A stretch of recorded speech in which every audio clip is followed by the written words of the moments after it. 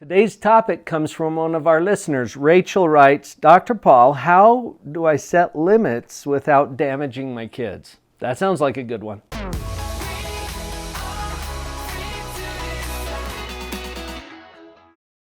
I actually grew up in an agricultural community. In this town, we had a lot of livestock. The cows, when they're put into a field, are kind of weird because they want to test the limits. Does this sound familiar? In fact, if you put a cow into a new field that it hasn't been in before, it's going to go around the fence line of that field, all the way around the perimeter of that field. And it pushes up against the fence with its head, tries to get its nose under there. It's looking around to see if there are any holes. And if there's a hole, that cow just goes right through the hole.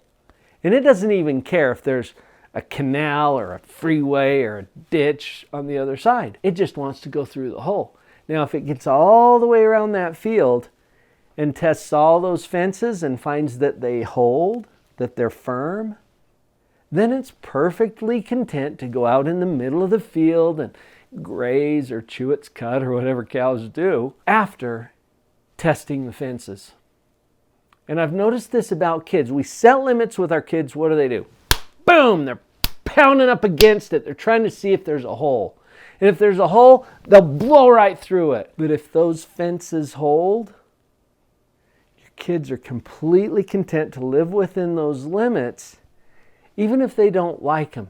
I think kids need to know that they're safe. And because they're little kids, they can't keep themselves safe.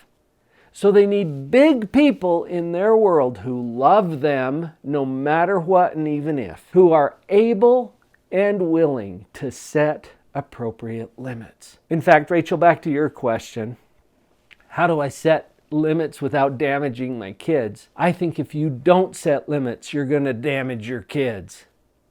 So let's be clear about that. They need them. In fact, most of the psychological literature over the ages related to parenting identifies two things that kids need in order to be well-adjusted, stable, satisfied, and happy. And that is, they need to have limits or discipline, and they need to have love.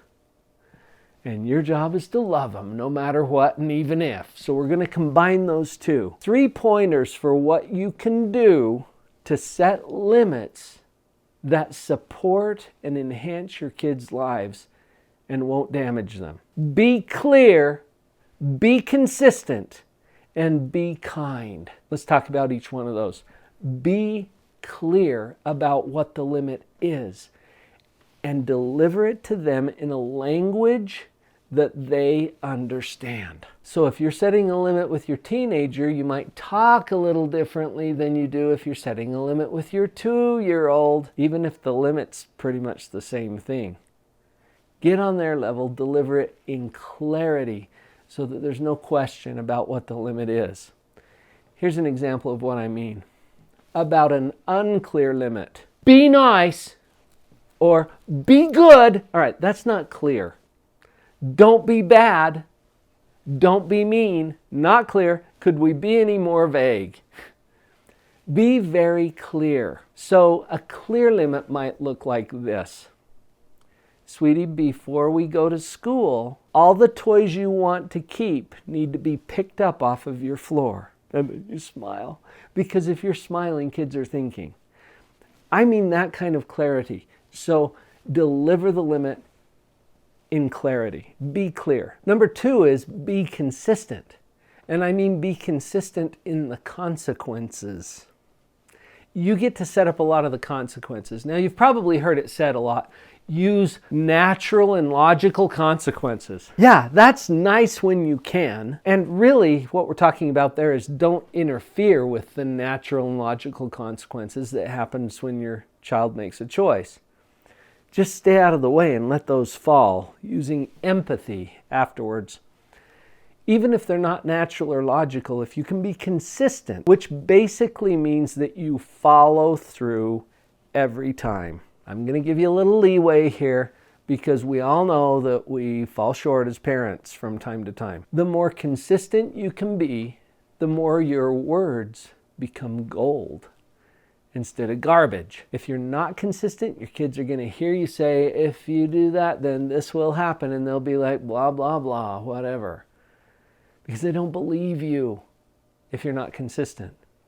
If you're consistent, you will say, if you do this, then this will happen. And they'll be like, what? What did mom say? And they're on it. That's what consistency does for you. And it takes some practice, honestly, and maybe some tools.